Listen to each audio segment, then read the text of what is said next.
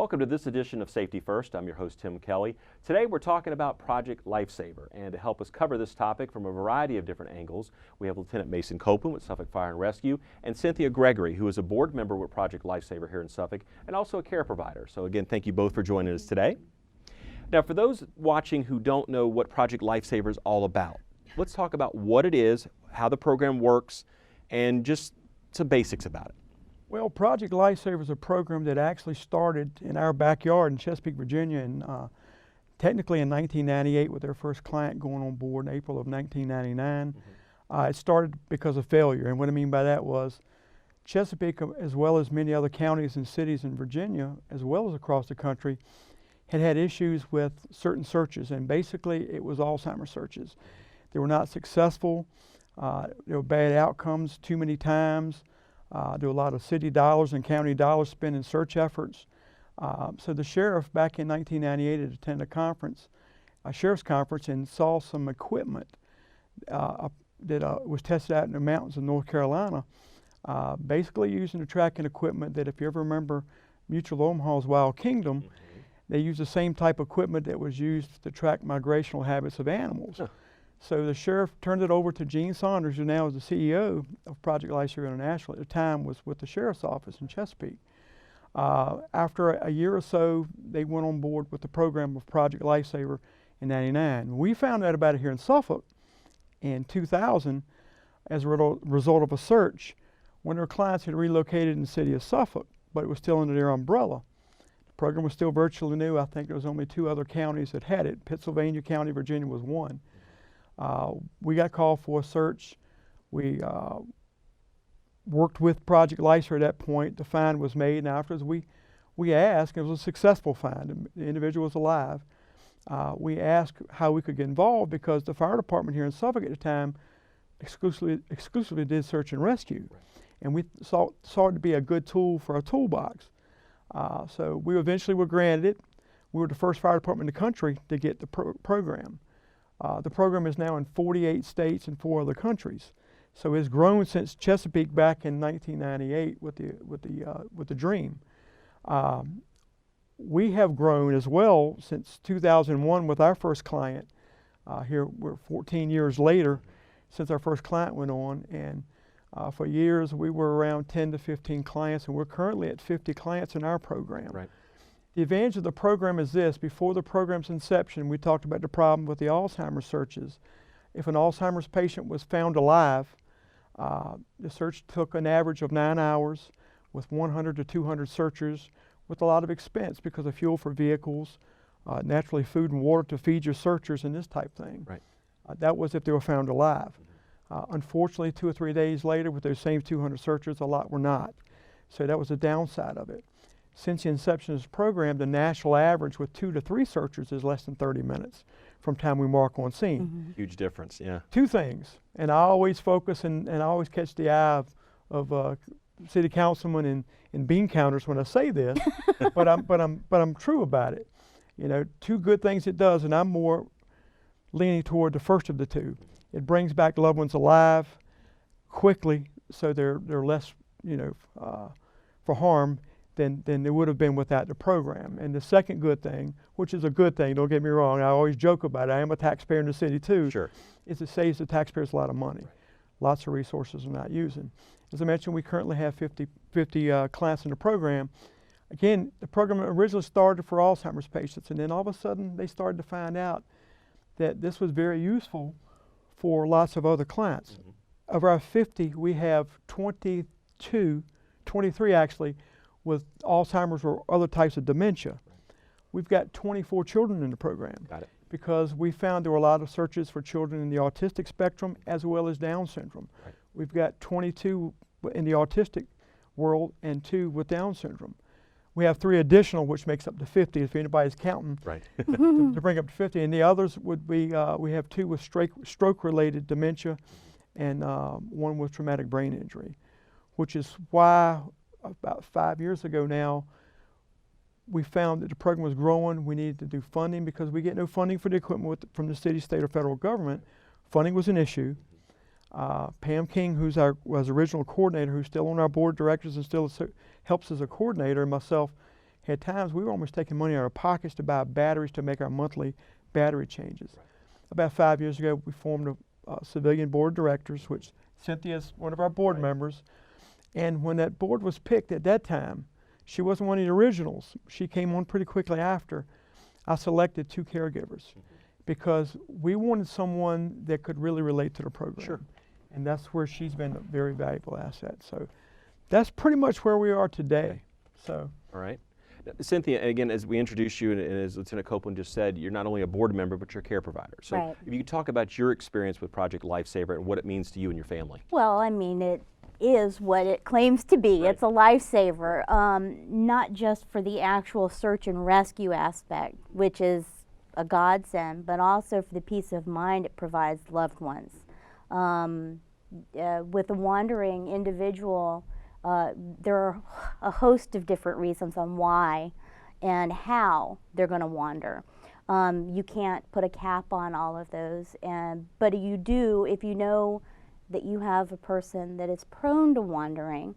Putting a device like this little bracelet on your child or a senior citizen, you know that it's always sending out the signal. And I think it's important for everyone to know that they can be found in 30 minutes. As soon as you make that call, they're on the job, and with just a couple of searchers, they can find your loved one. That's nice to know. One of the things that I had looked into before I called Mason up to sign my son up was, when do you call? When do you make that call? After you've bought all the locks and you've done the fences and you've done child locks and the teaching and, all of the times you're trying to keep it from happening on your own.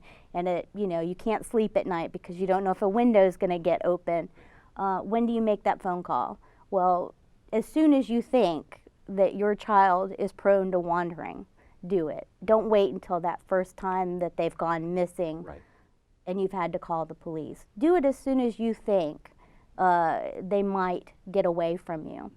And I did, and it was so easy. Mason made me so comfortable. He had the bracelet on Aiden before we left the fire department. Aiden had no trouble wearing the device. It doesn't hurt him. It's just like a regular bracelet. Right. He even checks his own battery in the morning. Nice. And another thing caregivers need to know is no one's tracking them all the time. They're completely private. Each device has its own number. And in order to track that device, you have to have the number. And only those stay on file. Well, first of all, the caregivers know their number, but also the search and rescue team that'll be looking for that person. So you worry about Big Brother, but there's no reason to, Right. because those numbers are just sitting in a file. Right. Until they're needed, and no 911 is called. So it's a huge peace of mind, and I love everyone that works with this organization, which is why I didn't mind joining in. They want to know what caregivers think. Like they spend a lot of time looking at how the wording is. They ask questions on, do you mind if, as a caregiver, how does this sound? Is this okay? Is this, and it's just a good, almost like a big family working to make sure everyone's safe and that the search and rescue team has what they need. Well, I think you hit the nail on the head, and certainly through your experience, you noted the fact that you want to include the people that are using the program. I mean, because that way you get all perspectives involved, and is it working for you?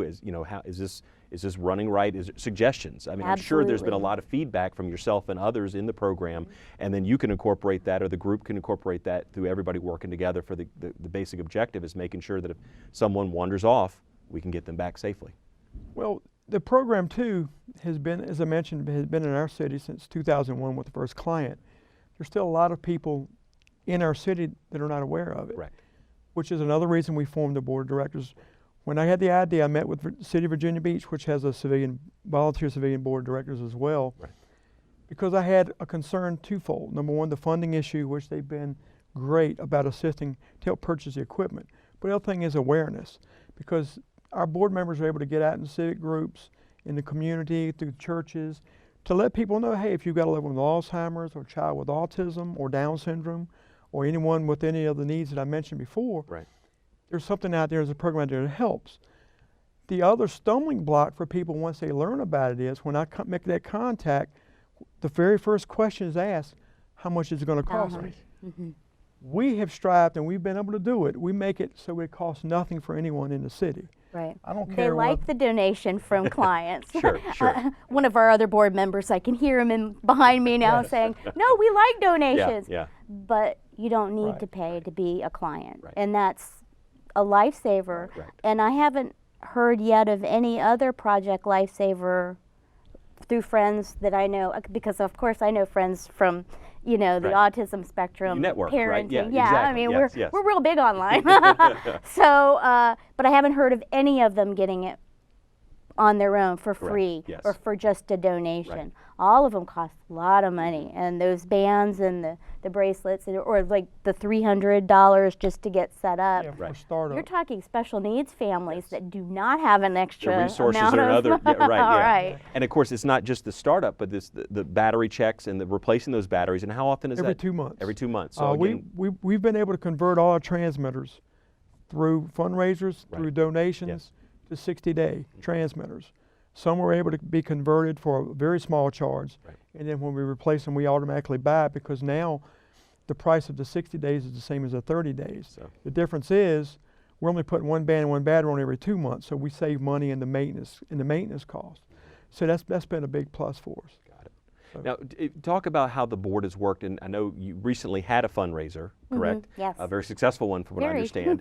But talk about how those things go on throughout the year, and I believe you also have a website that's recently been launched as well. Yes, SuffolkProjectLifesaver.org, and that's new. It's going to continue to get built as we go, but you can find our Facebook page through there. And if you want to donate, you can always just send us a message. But we do a lot of fundraising. Sure. Anything that comes up, we have a really solid community of people that are calling us up sometimes and say, hey, would you like to do a fundraiser? And we're on board every chance we get. We love it. We love our community supporting us. Right. We're very thankful for any time that anyone calls us up and offers any kind of help, whether it's volunteering to change batteries or donating money or donating goods that we can go towards silent auctions or to use at any of the events that we do. We're completely thankful and we love them. But our big fundraiser has become the Suffolk Project Lifesaver Search and Rescue Project Luau. And we had our second one this year. It was highly successful. I think the number, I have it right here, we raised over $11,000 that went back into the organization to pay for all of the equipment that we need to keep it running and keeping people safe. So we love it, and we love all the people that come out and sponsor tables and donate goods for the silent auction. It's very successful and a lot of fun. Very nice. Now, I know we've been talking about some of the equipment, and certainly, Right.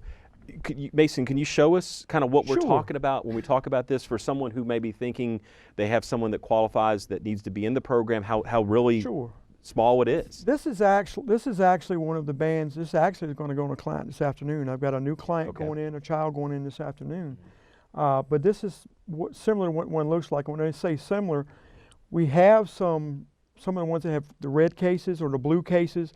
The children like the colors. We have different color bands. We've got little sparky stickers that we can stick on them. Sure. The kids love them. Yeah. But this is basically what it looks like, and what you're looking at here is the transmitter and cases all in one. There's a battery goes in the back, which has already been placed in the transmitter, and this is what the band looks like. These are, for the most part, hyperallergenic. The only time we have an issue is during the hot summer months. If someone sweats and sweat gets up behind the band, sometimes they may get a rash. Right.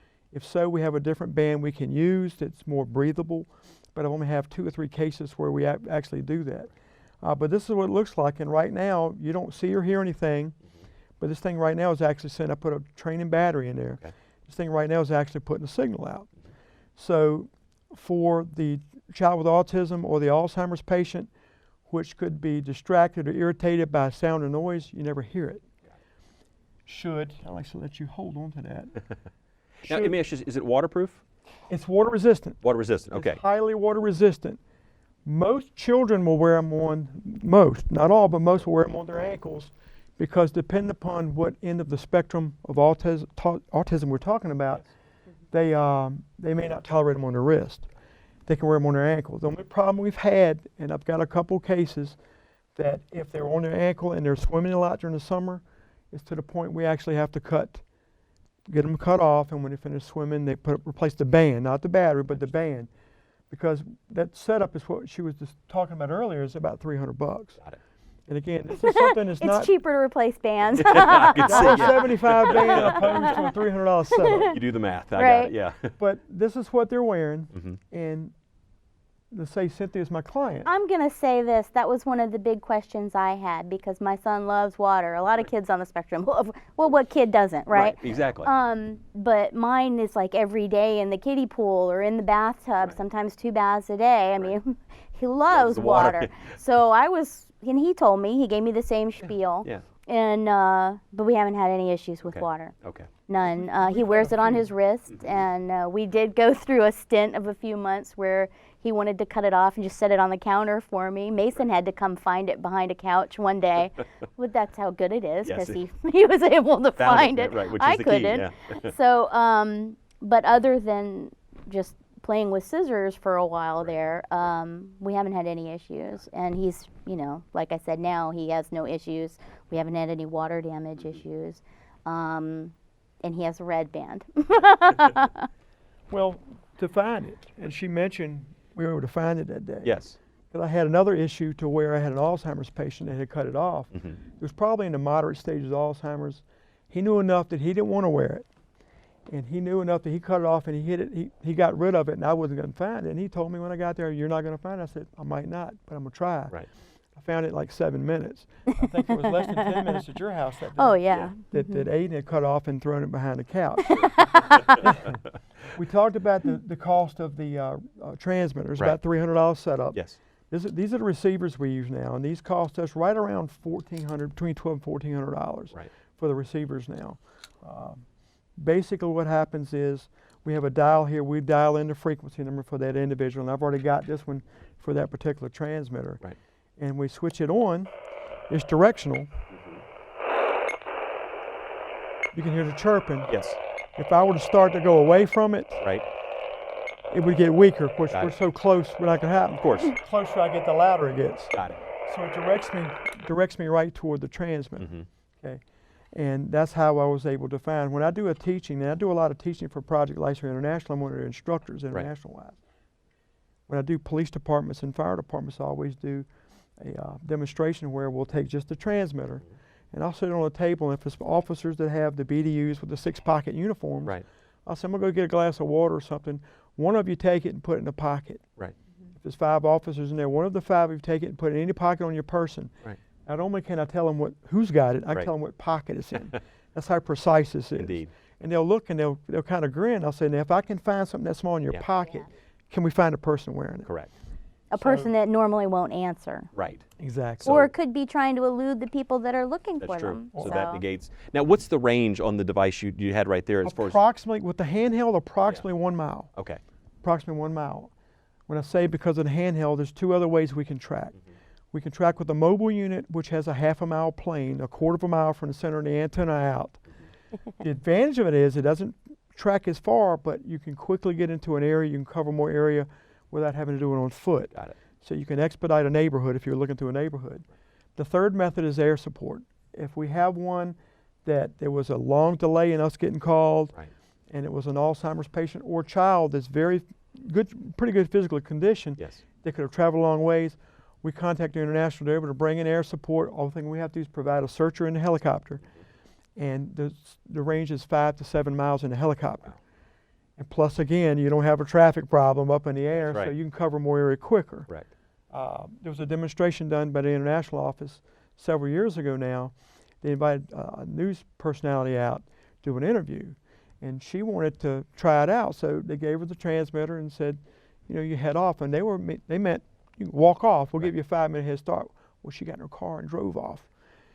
The saving grace for them was the helicopter was on site, Right. and they were able to. They were actually able to televise a helicopter Oh, search, wow. and they found her pretty quickly. They were able to find her vehicle. Sure. zone down to the vehicle she was in, which worked greatly. What we've done since then, when we do we call them dog and pony shows, Right. we tell the media, we're going to give you a 5-minute walking head start. Clarify that. Y'all don't have a helicopter. We can't just throw up a helicopter every exactly. time. But we do have that resource available. Very nice. So, and again, the two pieces of equipment we just talked about, we gave you some idea of expense. That's the expense of just startup, and just that we've had to replace receivers because of age. They go out of warranty. The transmitter's the same thing, and then we have the bi-monthly cost. Got it. Every 2 months, rather, we have to replace the band and battery. It costs us roughly about $5 to $6. So if you're looking at 50 clients times $5 times 6 times a year, Correct. that's what our annual cost is for maintenance of the program. And that's taking into consideration a transmitter doesn't get damaged. Right. Because if it gets damaged or lost or water gets in it, it gets damaged. Or hidden behind a couch. Then we're, Yes. and Well, we can find Go those. find those. That's correct. True. it's Yeah. another $300 for it to replace it. Now, Cynthia, what would you say to a parent or care provider, anyone that might have someone that would fit into the program and is thinking about it? And certainly, you were very honest about the fact it's not a tracking, it's not a Big Brother type situation. There are a lot of but, concerns as a caregiver, Right. especially when it's your child. And Yes. we hear about in the news children on the spectrum being lost and drowning and being gone for days or never coming home or being found when it's too late. We don't want to be those parents, and we do all we can to see that our children live happy, healthy lives and learn. And sometimes you just can't break a certain behavior, and there's no telling when that behavior is going to lead to the next step of actually getting farther away than your yard. My son was able to open a locked door with a child lock and get off a locked deck and make it to the neighbor's yard. Right. One day before I even knew he was gone. That was not my deciding factor, because I was afraid I was failing as a parent. What I would tell other parents in that same situation is, don't wait. You're not failing as a parent. You're taking that next step to take control of the safety of your child. No one with search and rescue is ever going to judge you. They are happy to come help. You are helping them help you. You don't have to worry about the money. You don't have to worry about any issues with this program. They're here to help. They're here to support and make the call. If you think that it's something that you need, do it. Don't wait. You're being a better parent by making the call. Be proactive, not reactive. Yes. And again, it's a tool that can make a huge difference, and you find yourself in the situation where the person has wandered off, and then you have that as a resource that, I mean, it's just not, if it's not there, it's not there, but if it's there, I mean, like you've demonstrated and talked about the examples of the fact of how, I mean, it can just be, you say you go from 9 hours to 30 minutes. I mean, that can make a huge difference given weather conditions or other conditions or things that are playing into that individual situation. Right. Yeah.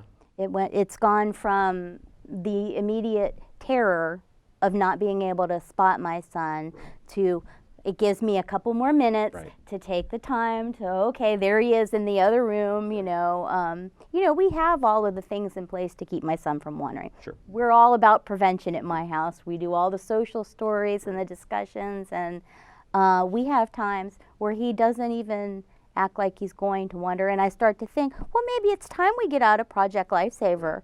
And then he'll dart. Something. And I'll think, no, we'll keep it a little longer. So it's just better to be safe than sorry. Understood. So again, if someone is watching this and they think that they would like to get more information about possibly getting someone in the program or would like to make a donation or whatever, what's the best point of contact? What's the best starting point? Right now, the absolute best way to contact us is SuffolkProjectLifesaver.org. Okay. We have a contact form. People can send us an email, SuffolkProjectLifesaver@gmail.com is our email. But you don't have to even remember that. You can just use our contact form on the website. We have 3 of us that monitor the email. Just leave us your phone number or an email, and we'll get right back to you. And if someone wanted to call and talk, like to me or someone, my office number, of course, is area code 757. It's 4545. If you get my voicemail, leave a message. I do return calls, that's probably one of the best numbers for them to call.